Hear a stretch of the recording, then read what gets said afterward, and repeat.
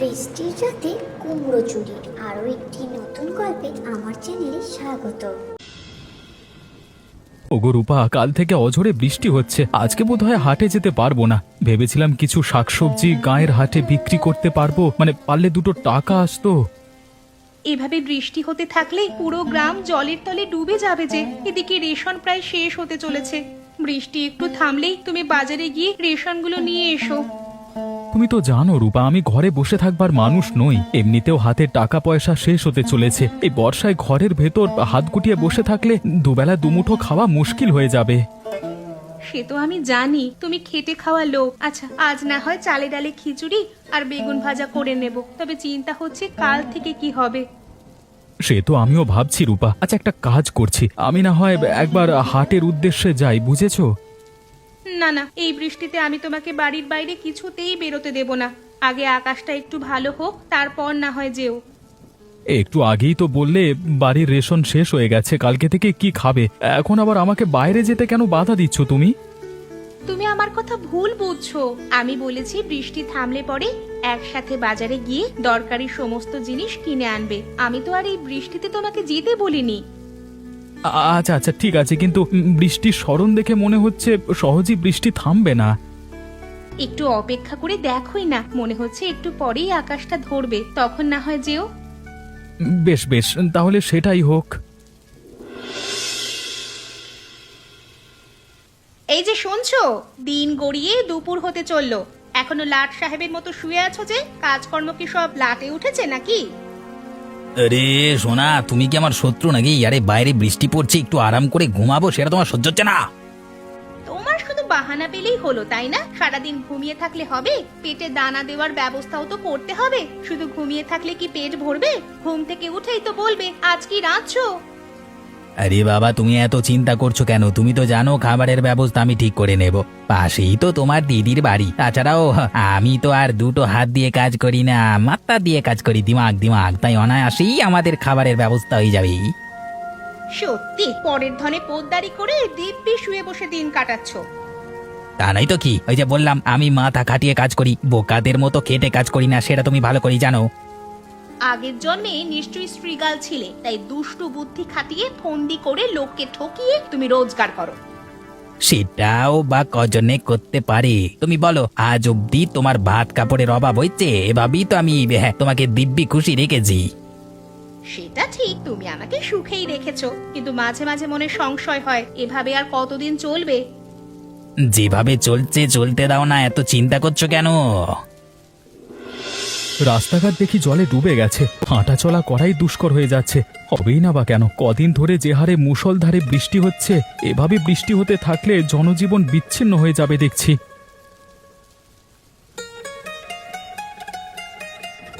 ওহে হরিদা, কোথায় যাচ্ছ বৃষ্টির মধ্যে মাথায় ছাতি দিয়ে? ও নিশি, তুমি? আসলে বাড়িতে চাল ডাল মশলাপাতি কিছুই তো নেই, শেষের পথে প্রায়, তাই বাজারে যাচ্ছিলাম। হরিদা, বাজারে কি করে যাবে তুমি জানো না? আরে বালির চরে যাওয়ার রাস্তা ভেঙে জলের তলায় ডুবে গেছে। না না, আমি কি করে জানবো? কদিন ধরে ঘর থেকে তো বের হতে পারছি না।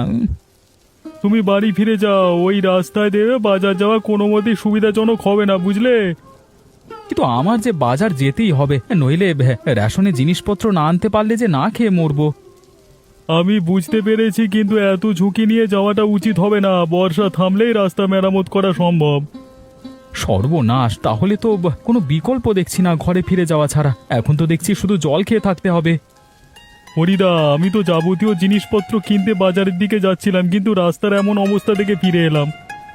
আচ্ছা নিশি, আমরা কজন মিলে রাস্তাটা মেরামত করলে কেমন হয়? যার যা রাস্তা শেষে করলো, রবিকেও না হয় বলবো আমাদের সাহায্য করতে, এতে আমাদের গ্রামবাসীদেরও সুবিধে হবে। হ্যাঁ, সেটা তো করাই যায়, কিন্তু আমি তুমি মিলে এই রাস্তাটা মেরামত করা অসম্ভব। রইল বাকি রবির কথা। যে লোক অন্যের মাথা ভেঙে খায়, সে আবার জনগণের স্বার্থে কোনো কাজ করবে? অসম্ভব। আচ্ছা ঠিক আছে, তুমি আর আমি মিলেই না হয় একবার চেষ্টা করে দেখি। ও রূপাদি, আজ কি রান্না হলো? না রে বোন, বাড়িতে রান্নার সামগ্রী শেষ হয়ে গেছে। তোর জামাইবাবু গেছে বাজারে বাজার করে আনতে, ফিরে এলে তারপর রান্না করব। কদিন ধরে যা বৃষ্টি, ঘর থেকে বেরোনো কঠিন হয়ে উঠেছে। তা তুই কি রাঁধলি? ঠিক বলেছো গো দিদি, এই বৃষ্টিতে বাড়ি থেকে বের হতেই ও পারছে না, কাজকর্ম সব লাটে উঠেছে। কি আর করার, এই বর্ষায় সকলেরই অবস্থা খুব খারাপ। বাড়ির পেছনের বাগানে বেশ কটা মিষ্টি কুমড়ো হয়েছে, ভাবছি কুমড়ো সেদ্ধ আর গরম ভাত করব। যাক, দিদির মুখে শেষমেশ কাজের কথা বেরিয়েই এলো। আমি রবিকে গিয়ে বলি কটা কুমড়ো দিদির বাগান থেকে চুরি করে বাজারে বেচে আসতে, এতে কিছু টাকা আসবে হাতে। কি রে সোনা, নিজের মনে মনে কি বিড়বিড় করছিস? ও না না, কিছু না গো দিদি, আসলে চিন্তা করছি দুপুরে কি খাবো। বাড়িতে খাবার মতো কিছুই তো নেই যে পেটে কিছু দেব। আর বোন, আমি না হয় তোকে কুমড়ো সেদ্ধ আর গরম ভাত দেব, সাথে ঘরের তৈরি ঘি। বলছিলাম রূপাদি, রবি আবার সেদ্ধ খেতে পারে না, যদি তুমি কিছু মনে না করো তাহলে মিষ্টি কুমড়োর বড়া করে দেবে গো। বাড়িতে তেল তো প্রায় ফুরিয়ে গেছে, কুমড়োর বড়া কি করে করব? বোনটা আমার যখন মুখ ফুটে আবদার করেছে, তাহলে না হয় ওদের জন্য কটা বড়া ভেজে দিই, আমরা না হয় সেদ্ধ খেয়েই নেব। ও রূপাদি, তুমি কি খারাপ পেয়েছো নাকি আমার ওপর? না না, কেন খারাপ পাবো, আমি কুমড়োর বড়া ভেজে দেবো খোনকে। ঠিক আছে দিদি ভাই, অশেষ ধন্যবাদ তোমাকে। যাক, দুপুরের খাবারের ব্যবস্থা হয়ে গেল। এই বর্ষায় মচমচে মিষ্টি কুমড়োর বড়া দিয়ে গরম ভাত একেবারে জমে যাবে। হবে রে, আর ধন্যবাদ দিতে হবে না, তুই আমার নিজের বোন বলে কথা, আবদার করে বলেছিস, আর দিদি হয়ে আমি তোর আবদার রাখবো না, তা কি কখনো হয়? শুনছো, তাড়াতাড়ি খেয়ে দাও, পেটের ভেতর ইঁদুর দৌড়াচ্ছে। তোমার আর তর্স হয় না, বেলা করে উঠে হুকুম দিচ্ছ যে একবারও রান্নাঘরে গিয়ে দেখে এসো বাজার হাট আছে কিনা, শুধু ঘুম আর খাওয়া। ও রাগ করছো কেন? এই খেয়ে নিয়ে একটু বিশ্রাম করে সন্ধেবেলায় যাবো বাজারের দিকে। আচ্ছা বলো তো, কি রান্না করেছো? এত সুন্দর গন্ধ বের হচ্ছে। তোমার শুধু খাওয়া আর বিশ্রাম, আমি রান্না কি করব? ঘরে চাল ডাল সবজি মশলাপাতি কিছুই তো নেই। তবে তোমার হাতে খাবারের বাটি আর খুব সুন্দর গন্ধ বেরোচ্ছে তার থেকে। হ্যাঁ, কি আর করব, পেটে তো কিছু দিতে হবে, তাই রূপাদের থেকে কুমিরের কান্না কেঁদে দুপুরের খাবারের বন্দোবস্ত করলাম। বাহ, অসাধারণ! এই না হলে তুমি আমার বউ। এবার দাউদিকে নিয়ে খেয়ে তোমাকে উদ্ধার করি। কি কি বললে? আরে আমি খাবারের কথা বলছি।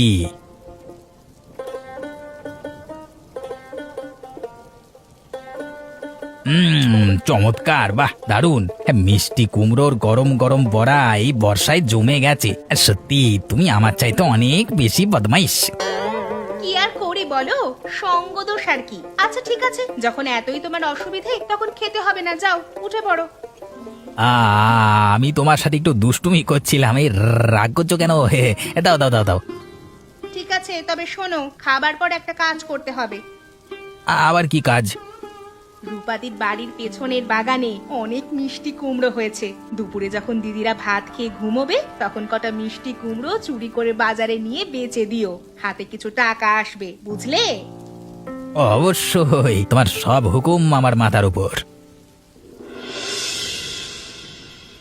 রূপা, বুঝলে আজকে বাজারে যেতে পারলাম না, তাই কিছুই আনতে পারিনি রান্নার জন্য। সে কি, এদিকে যে রেশনের সব জিনিসপত্র শেষ হয়ে বসে আছে, কি দিয়ে রান্না করব? আর বলো না, প্রবল বৃষ্টিতে রাস্তাটা জলের তোড়ে ডুবে গেছে, তাই বাজারে যেতে পারিনি। মাঝপথ থেকে ফিরে এসেছি, রাস্তায় নিশির সাথে দেখা, সেও বাজারে যেতে পারিনি। তাই আমরা দুজনে মিলে ঠিক করলাম কালকে সকালে দুজনে রাস্তাটা মেরামত করব। ওরে বাবা, কি সর্বনাশ! তাহলে তো গ্রামবাসীদের খুব অসুবিধে হবে। যাক, আমি মিষ্টি কুমড়ো সেদ্ধ আর গরম ভাত ঘি দিয়ে তোমায় খেতে দিচ্ছি, হবে তো? বেশ, তাই না হয় দিও, তবে কটা কাঁচা লঙ্কা দিও, কেমন? খেয়ে একটু বিশ্রাম করতে হবে। ঠিক আছে, আমি এক্ষুনি খেতে দিচ্ছি তোমাকে। সকাল থেকে তোমার অনেক ধকল গেছে, কত দূর এই বৃষ্টিতে পায়ে হেঁটে গেছো, অথচ কাজের কাজ কিছুই হলো না। হ্যাঁ রূপা, কি আর করবার, আশা করছি কালকে সকালে রাস্তা মেরামত করতে পারলে বাজারে গিয়ে তোমার রান্নার যাবতীয় জিনিস আনতে পারবো। আর হ্যাঁ, গাছের কুমড়ো কটা সাথে নিয়ে যাব, বাজারে বিক্রি করতে পারলে কিন্তু টাকাও হাতে আসবে। বেশ, এখন খেয়ে বিশ্রাম করো। খুব আস্তে করে এসো। আমাকে নিয়ে চিন্তা করতে হবে না, নিজে আগে সাবধান হও, যত সব। আচ্ছা আচ্ছা, ঠিক আছে ঠিক আছে।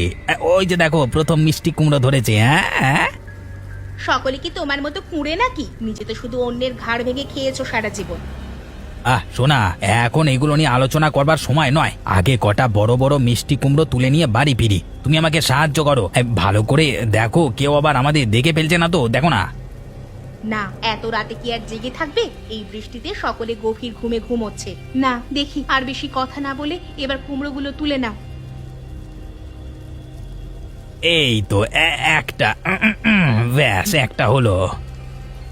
ওদিকে দেখো, বেশ কটা কুমড়ো তোমার পায়ের ধারে। হ্যাঁ হ্যাঁ, ওগুলো তুলছি। মোটামুটি সব কুমড়ো তুলে ফেললাম। এবার চুপচাপ এই বস্তার ভেতরে কুমড়োগুলো ভরে দাও। বাহ, এটা তুমি বেশ বুদ্ধিমতির কাজ করেছো। সাথে করে বড় একখানা বস্তা নিয়ে এসেছো। তাও দেখি ঘুরিয়ে ফেলি তাড়াতাড়ি। তোমার তো শুধু একদিকেই মাথা, কিন্তু আমি চতুর্দিকে মাথা খাটাই। নাও দেখি, এই বস্তায় ভরে ফেলো।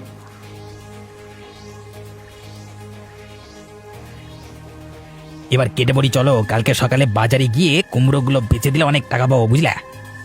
তা তো বটেই, কুমড়োগুলো বেশ বড় মাপের বলে মনে হচ্ছে, খেতে অনেক স্বাদ হবে। আজকে দুপুরে এই কুমড়োর বড়া যে করে দিয়েছিল, খেতে বেশ হয়েছিল। হায় রে রূপাদি, ওনার সবগুলো যে আমাদের ভোগে গেল।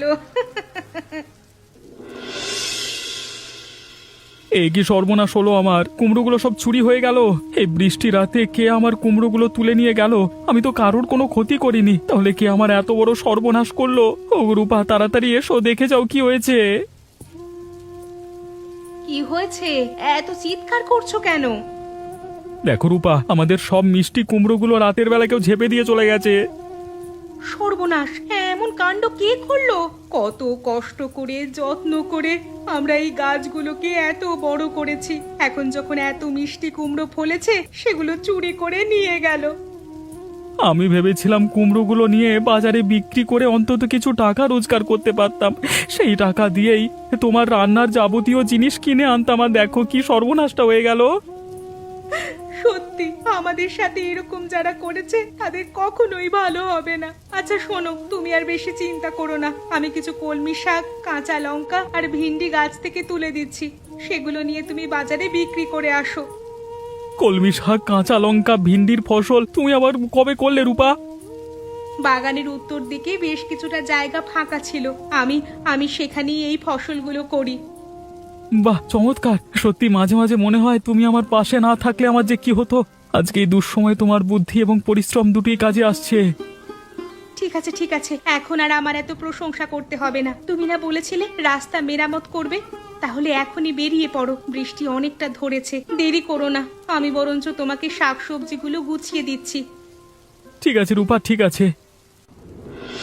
ওরে বাবা, এত ভারী ভারী কুমড়ো নিয়ে থাকতে পারছি না, তার মধ্যে দেখি হালকা হালকা বৃষ্টি পড়ছে। এই শোনার কথা শুনে আমি দেখছি বড় ফ্যাসাদে পড়লাম। এইভাবে এতটা পথ হেঁটে বাজারে পৌঁছাতে পৌঁছাতে আমি শেষমেশ বর্ষার জলে ডুবে বিলীন না হয়ে যাই।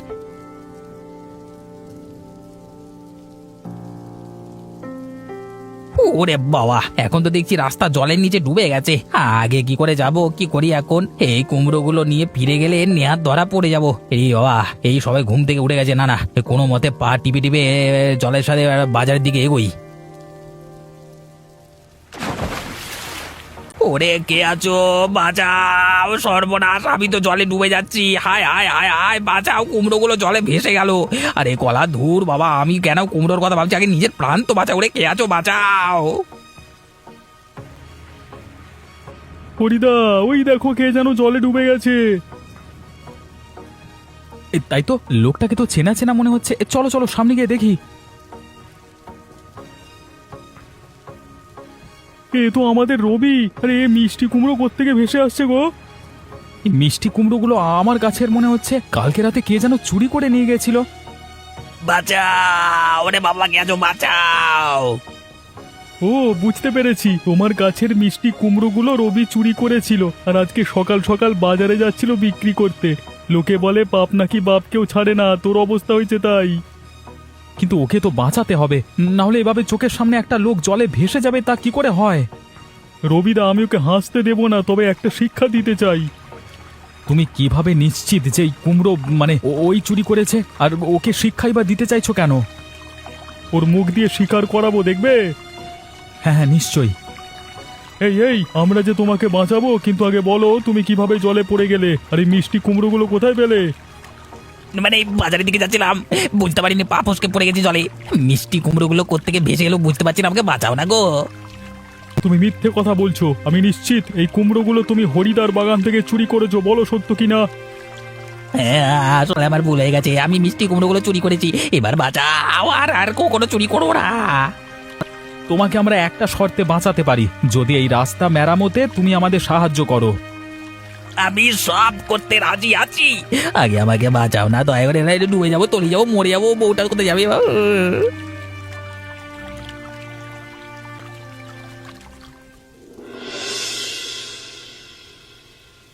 এই অপমানের বদলা আমি নেবই। আমাকে অপদস্থ করেছে এই হরি আর ওই নিশি মিলে, আমি তাদেরকে ছাড়বো না।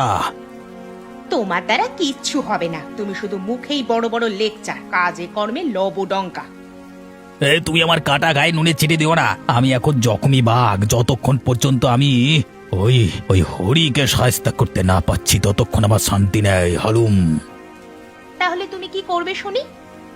আমি আজকে রাতেই বড় নালাটা ভেঙে দেব, একটা সরু নালা কেটে হরির ঘরের কাছে যুক্ত করে দেব। তাতে কি হবে?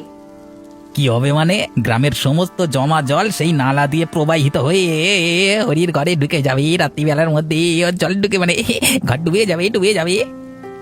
বেশ ভালো বুদ্ধি করেছো তো, দুজনেই ঘর সহ বর্ষার জলে ডুবে যাবে। কিন্তু ওই নিশির কি করবে? ওই নিশির ব্যবস্থাও আমি করছি, সময় আসলে জানতে পারবে। হ্যাঁ, হরিদা বাড়িতে আছো? কি ব্যাপার নিশি, এই বৃষ্টির মধ্যে তুমি হঠাৎ আমার এখানে এলে যে? সব ঠিক আছে তো? সব ঠিক আছে, তবে আমার মনে একটু সংশয় হচ্ছে, তাই ভাবছি তোমার সঙ্গে আলোচনা করি এবং আমরা সকলে মিলে একটু সাবধানে থাকি। কেন, নিচে কি হয়েছে একটু খুলে বলো তো। তোমার কথা শুনে আমার মন ভীষণ অস্থির করছে।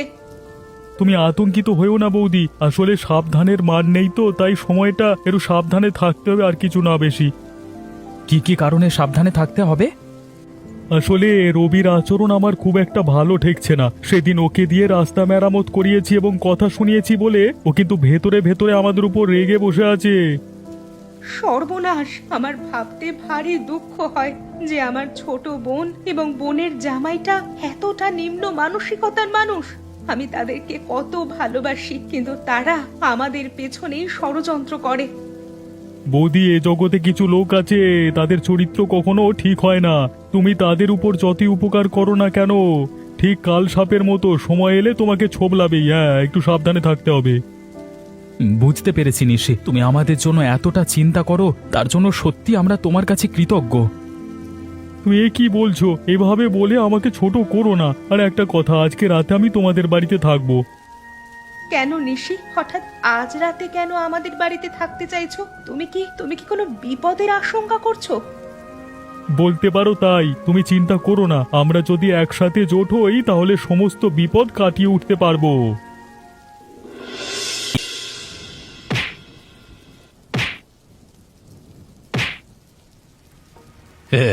আমার সঙ্গে পঙ্গা নেবার এবার হাল বুঝতে পারবে। এই বর্ষার জল বড় নালা হয়ে ছোট নালা বাদ দিয়ে হরিদার ঘরে পৌঁছাবে। আজ রাতের মধ্যেই পুরো জল একবার মানে পুরো ঘর জল ভর্তি হয়ে যাবে। আরে কালকে উঠে আর ওই দুজনকে দেখা যাবে না। আত্মবিশ্বাস ভালো, কিন্তু অতিরিক্ত বিশ্বাস কিন্তু ভালো নয়, বলে দিচ্ছি। যা করছো ভেবে চিন্তে করছো তো? এই শোনা, তুমি শেষবারের মধ্যে আবার ভরসা করে দেখো, এবার আমি এক ঢিলে অনেকগুলো পাখি শিকার করে দেবো।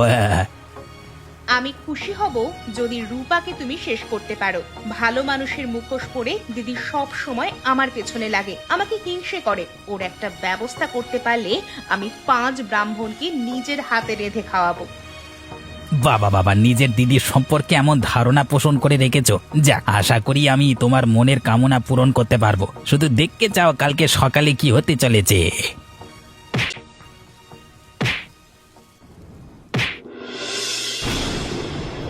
ওরে বাবারে সর্বনাশ, এত জল কি করে এলো?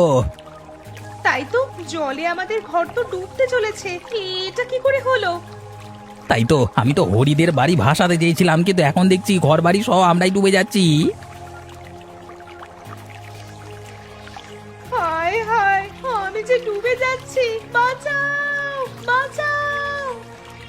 বাঁচাও গো, কে আছো, বাঁচাও, ডুবে গেলাম, বাঁচাও না। অন্যের ক্ষতি করতে চাইলে নিজের ক্ষতি হয়। কালকে যে নালাটা তুমি কেটেছিলে সেটাই জলের স্রোতে ভেঙে যায় এবং সব জল তোমার দিকে চলে আসে, তাই এই অবস্থা। আমাকে ক্ষমা করো, ভুল করেছি, আমাদের বাঁচাও। আমাকে বাঁচাও দিদি, জামাই বাবু, আমাদের বাঁচাও। ওগো ওগো, এত করে বলছে, কিছু একটা করো। নিশি ওদের বাঁচানোর একটা ব্যবস্থা করো, না হলে যে ওরা ভেসে যাবে। হরিদা বৌদি, আর কোনো রাস্তা নেই ওদের বাঁচানোর। এই জলে নামতে গেলে আমরাও ভেসে যাব। বড় নালা ভেঙে বর্ষার জল ওদিকটা ভাসিয়ে নিয়ে যাচ্ছে। আমার বোনটা যে ডুবে যাচ্ছে, আমরা কিচ্ছু করতে পারছি না। আহারে কতটা এই রকম নতুন ও মজাদার শিক্ষণীয় গল্প পেতে আমার চ্যানেলটি সাবস্ক্রাইব করে সঙ্গে থাকবেন। ধন্যবাদ।